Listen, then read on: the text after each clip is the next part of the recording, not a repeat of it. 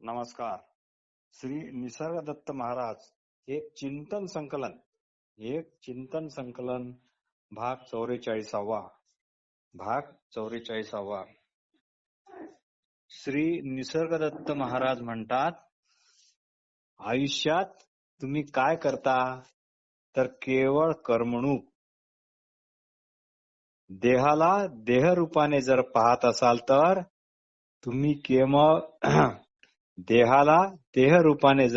असाल तर तुम्ही केवळ एक नरक आणि किंवा विष्ठा इत्यादी निर्माण करणारे एक अद्भुत यंत्रच ठराल. तुम्ही केवळ एक नरक किंवा विष्ठा इत्यादी निर्माण करणारे किंवा मलमूत्र निर्माण करणारे एक अद्भुत यंत्र ठराल. पण लक्षात ठेवा, याच देहात आपण असल्याची जाणीव सुद्धा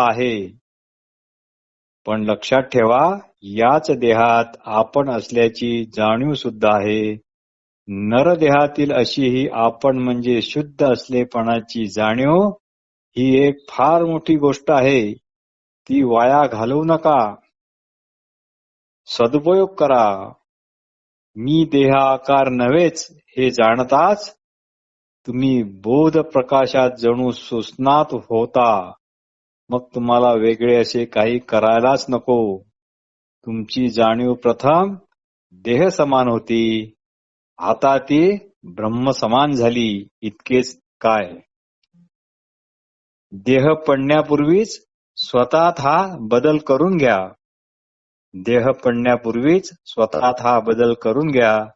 जो सुखी दुःखी होतो त्याचे आपल्या असण्यापणाकडे मुळीच लक्ष नसते.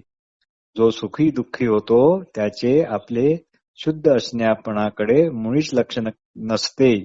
जाग व झोप यांना तुम्ही एकत्र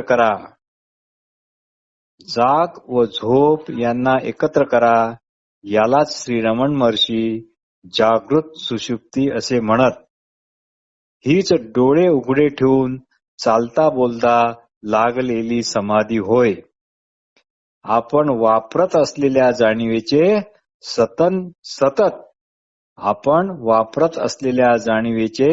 सतत विसर्जन करायचे शिका.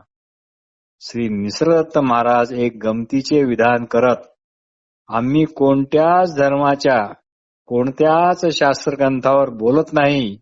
आम्ही फक्त ते ग्रंथ ऐकणाऱ्याबद्दल किंवा ते ग्रंथ ऐकविणाऱ्याबद्दलच बोलतो. त्यामुळे शास्त्र ग्रंथाचा अर्थ आमचा कधीच चुकीचा निघत नाही. मला वाटते असे विधान कधीच कुणी केले नसेल.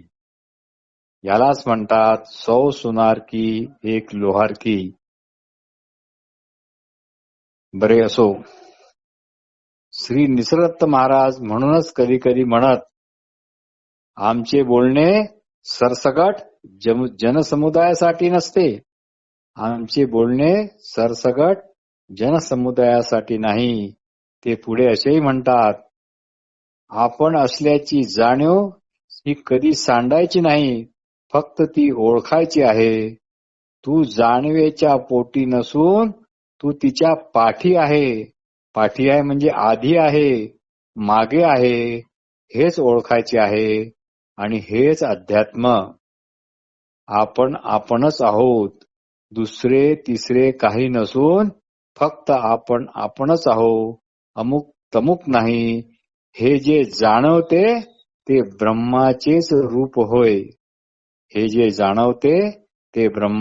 रूप होय. ब्रह्म नाव हे केवळ शास्त्र चिंतना करता आहे. त्यात खरंच तसा काही दम नाही. तर ज्याच्यामुळे तुम्ही केवळ तुम्हीच आहात हे कळते.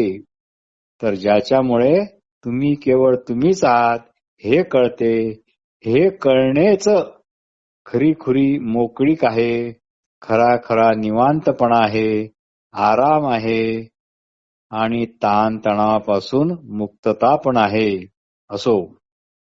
श्री निसर्गदत्त महाराज म्हणतात की तुम्ही केवळ तुम्हीच आहात हे ज्यामुळे कळते तेच भगवंताचे रूप आहे. श्री निसर्गदत्त महाराज म्हणतात की तुम्ही केवळ तुम्हीच आहात हे ज्यामुळे कळते तेच भगवंताचे स्वरूप आहे. याची फक्त आठवण ठेवा. याची फक्त आठवण ठेवा. या भगवंताशी इतके सख्य ठेवा की तो आधी ऐकतो आणि नंतर मी ऐकतो अशी सवय लावून घ्या. सर्वसाधारण माणसाचा हा विषय नाही, तरीही लोक इथे माझ्याकडे येतात. आम्ही कुणाला मार्गदर्शन वगैरे करत नाही. कुणी आमचा शिष्य नाही. आम्ही कुणाचे गुरु नाही. आमचे बोलणे ज्याला आवडेल ती आवडच त्याला मार्गदर्शन ठरेल. मग गुरु वगैरेची काही गरज नाही. तुमचे असणे पण सर्वांच्या आधीचे आहे. चित्रे नंतर उमटतात प्रोजेक्टर मधून, पण आधी पडदा असतो. मजकुराच्या लिखावटीच्या मागे कागद असतो, पण याकरता देहाचा आकार म्हणजेच मी हे ज्ञान, विपरीत ज्ञान हे मरायलाच हवे. श्री निसर्गदत्त महाराज म्हणतात की मग तुमची स्थिती माझ्यासारखी होईल.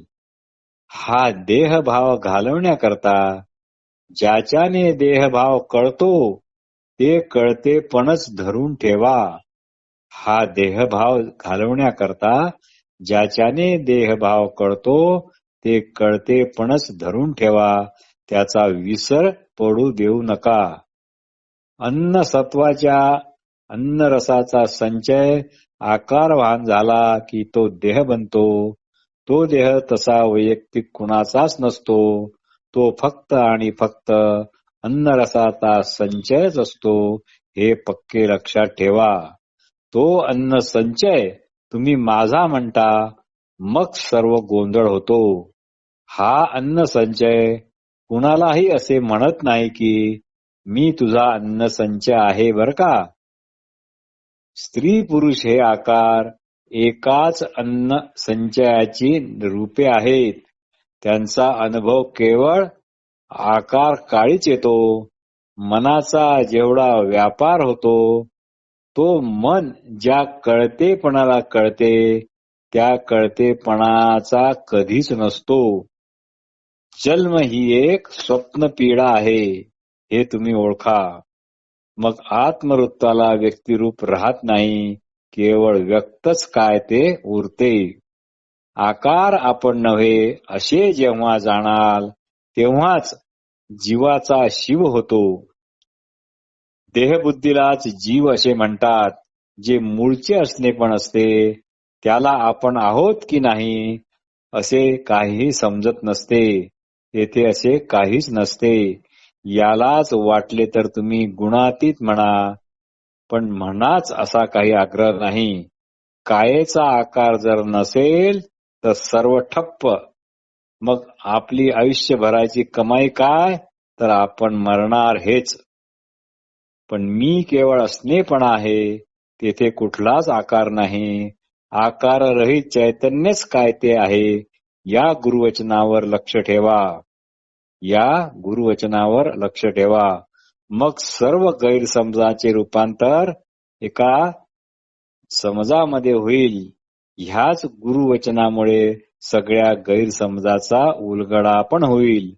म्हणूनच आपण आपणच आहो, अमुक तमुक नाही. या ज्ञानाशी संगनमत करा. मनाची मदत घेऊ नका. वास्तविक पाहता मी आहे केवळ असणेपणा याचा भावार्थ अहम ब्रह्मास्मी असाच आहे. याच ज्ञानाची ओळख पटवून घ्या. शरीर केवळ शरीरच आहे. ते माझे किंवा तुमचे असे नाही. प्रजोत्पादनाची निकड केवळ प्रजोत्पादनाची निकड म्हणून थोडा आवश्यक बदल झाला आहे इतकेच. म्हणजे अन्नरसामध्ये थोडा आवश्यक बदल झाला आहे इतकेच. त्यालाच आपण स्त्रीचा व पुरुषाचा देह म्हणतो. सर्व शरीरे शरीराच्या ठिकाणी शरीरेच आहेत. सर्व शरीरे शरीराच्या ठिकाणी शरीरच आहे आणि ते शरीर धर्माचा पालन करत आहे. म्हणजे अन्नरस शरीर धर्माचे पालन करतात. आहार, मैथून, भय व मृत्यू. आहार,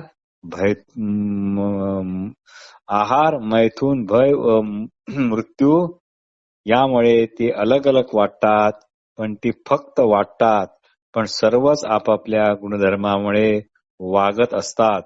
जन्म, मृत्यू, जरा, वाळ इत्यादी. म्हणून असा हा देहाचा आकार नुसता आहे. तो आकार माझा आहे किंवा मी तो आकार नाही. तो आकार माझाच आहे किंवा तो आकार मी नाही, हे या बाबतीत म्हणणे अतिशय मूर्खपणाचे ठरेल. हे जाणून जो शांत झाला, जो निवांत झाला, तोच भला. तुमच्या स्वतःच्या स्वरूपाचा निश्चय झाला पाहिजे. यात फायदा गिदा पाहाल तर हे तुम्ही मुळीच ऐकू नका. अव्यक्त, व्यक्तत्व आणि व्यक्तित्व हे तिन्ही नीट जाणून घ्या. आपण मागच्या भागात हे पाहिलेच आहे. व्यक्तत्व हे निराकार चैतन्य असून सर्व दूर पसरलेले आहे. तुम्ही आम्ही एकमेकांना मानतो, हे जे मानले जाते ते व्यक्तित्व व देहाच्या ठिकाणी देह म्हणून आहे, त्याला मी माझा आहे असेही म्हणत नाही आणि त्याला तो माझा नाही असेही म्हणत नाही. तो आहे केवळ व्यक्त, अर्थात व्यक्त चैतन्य. देह माझा आहे किंवा देह माझा नाही, या दोन्ही तऱ्हा देहबुद्धीच्याच आहेत. या दोन्ही तऱ्हा देहबुद्धीच्याच आहेत. अशा या देहबुद्धीचा नाश झाला की स्वस्वरूप आपोआपच उघडे पडते. धनावरील साप गेला की धन उघडे पडून आपोआप हाती येते. राजा असला किंवा भिकारी असला तरी तो आपल्या गाढ झोपेत स्वतःला मी राजा आहे किंवा मी भिकारी आहे हे साफ विसरलेला असतो. आपले केवळ असणे पण हे सर्वात दिसण्याच्या आधीचे आहे, सर्व जाणण्याच्या आधीचे आहे, सर्व भासण्याच्या आधीचे आहे. त्याच्यामुळेच सर्व दिसते, सर्व भासते, सर्व जाणवते, पण ते मात्र दिसत नाही. का? दिसण्याकरता, जाणण्याकरता, भासण्याकरता थोडा तरी वेगळेपणा हवा असतो. तो मात्र इथे मुळीच नाही, मुळातच नाही. म्हणून आपल्या असणेपणाकडे म्हणजे नुसते कळतेपणाकडे रोज निदान काही क्षण तरी त्याकडे लक्ष पुरवा. हे लक्षात ठेवा की नकळत आलेले कळतेपण तुम्ही कळतेपणाने भोगत आहात. हे लक्षात ठेवा की नकळत आलेले कळतेपण तुम्ही कळतेपणाने भोगत आहात. या नकळत आलेल्या कळतेपणाला वाटले तर भगवंताची प्रथम विभूती समजा. ईश्वर म्हणून तो प्राप्त करण्याकरता कुठेही भटकू नका. तीर्थयात्रेच्या वाऱ्या करू नका. तथाकथित गुरूंच्या आश्रमाच्या पायऱ्या चढू उतरू नका. तुम्ही काही करायला जाल तर आपण जे मूळचे आहोत त्यापासून तुम्ही विनाकारण दूर फेकले जाल. म्हणून जे तुम्हाला न कळत, जे कळतेपण आले आहे त्यावरच सर्व लक्ष पुरवा. मागे आपण पाहिलेच आहे की आपला केवळ असणेपणा ही आहे महामाया व स्वतःला अमुक तमुक समजणे ही आहे माया. पण गुरुवचन पाळणाऱ्याला याचा काही अनुभव येत नाही. त्याला हा अनुभव चिदानंदाच्या रूपानेच येतो. नमस्कार.